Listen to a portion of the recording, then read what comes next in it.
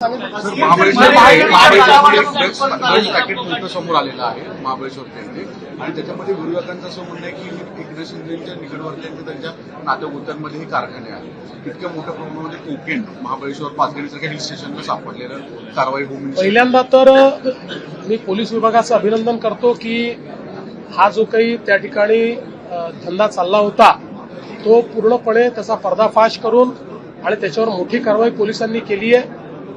या संपूर्ण प्रकरणामध्ये जाणीवपूर्वक राजकीय दृष्ट्या कुठेतरी उपमुख्यमंत्री एकनाथराव शिंदेजींचं नाव आणण्याचा जो प्रयत्न चाललेला आहे तो चुकीचा आहे, तो निषेधार्ह आहे. कुठल्याही पद्धतीनं आतापर्यंतचे जे काही एव्हिडन्सेस आहेत त्यात त्यांचा किंवा त्यांच्या परिवाराचा या ठिकाणी कुठलाही संबंध दुरान्वयानेही आलेला नाही.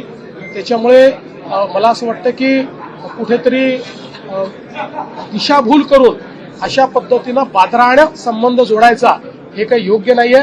या संदर्भात पूर्ण चौकशी आम्ही करतो.